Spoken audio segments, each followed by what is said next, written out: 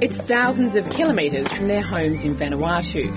But the work these men are doing here on the outskirts of Melbourne will bring great benefits to their remote villages in the Pacific Islands. In the village we live where there is no water supply or source from. So we depend mostly on water catchment in the rain. So I was part of the money. I was thinking I already dug a hole, but I need some extra money to build, to buy cement and other things. Billy Balo, David Napur and Solo Molly Rahani have come to pick asparagus in Kui Rup, southeast of Melbourne. It's part of an Australian government pilot scheme to bring Pacific Islanders to fill gaps in Australia's labour market. So we came here mainly to work to earn money and to go back home to help our family with to do development in our village, like build new house. The Pacific Seasonal Workers Pilot Scheme first started in February 2009. And since then, more than 750 people have come from the Pacific to work on Australia's fruit and vegetable harvests. Under the terms of the pilot, the jobs have to be in the horticultural industry, and visas are valid for a maximum of 7 months. The farmers' desperate needs are being met. Taxes are being paid that were never paid before. We are building a solid base for the future. It's an incredibly forward-thinking program. Michael Fraser is one of a handful of accredited employers who've brought workers out from Vanuatu to take part in the program. There's an incredible amount involved, from health checks in the country of origin, police checks. There's family checks.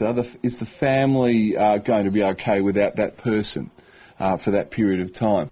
Visa applications, passport applications, air ticket organisation, group travel, etc., etc.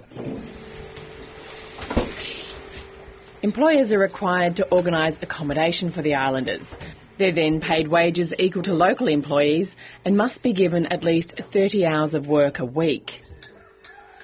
In Fatu, we make 100 Fatu or 200 Fatu per hour. Dollar, I don't know, $2 per hour. Yeah. And what about here? Here is more. This is not a cheap labour scheme. This is about a proper labour market scheme that works for both parties. On the Vizari farm next door, 15 men have also made the journey from Vanuatu for the asparagus season. And word has spread to nearby farms which have struggled to find reliable workers. We've got a lot of product to pull off our paddocks, but we just cannot get the staff. So that's why we've decided, this is our first year, but we've decided with Frank and other people to bring in labour from the islands. As well as the obvious benefits to Australian farmers, Michael Fraser believes it's a new model for delivering aid to the Pacific. The old model of handing out cheques, so to speak, and hoping, it's a very simplistic view, hoping that would filter down the right way, is, I think, an obsolete way of doing things. The original pilot granted visas to workers from Kiribati, Tonga, Vanuatu and Papua New Guinea. In September this year, it was expanded to another 4 countries: Nauru, Samoa, the Solomon Islands and Tuvalu. And some of the minimum work requirements were also tweaked. But at this stage, the government hasn't said whether the program will continue past June 2012. Growers are hoping the scheme will become a permanent program next year. And if it does, many say they'll invest in accommodation and transport. But at the moment, they're in limbo, unsure whether next season they'll be bringing workers out from the Pacific Islands or if they'll again be searching for local pickers. These guys, they know the work's there, they want to do it, they ask for more work, they go and do it. You virtually got to drag them inside and say, righto boys, enough's enough, and go and have a sleep, because you're working again tomorrow, and they're just loving it. The government says it has gathered plenty of data and feedback and will do a formal evaluation of the program. We've extended the trial to some other countries and looking at including areas like hospitality. The government will make a formal decision as soon as possible, and that should allow people to plan early in the new year for going forward.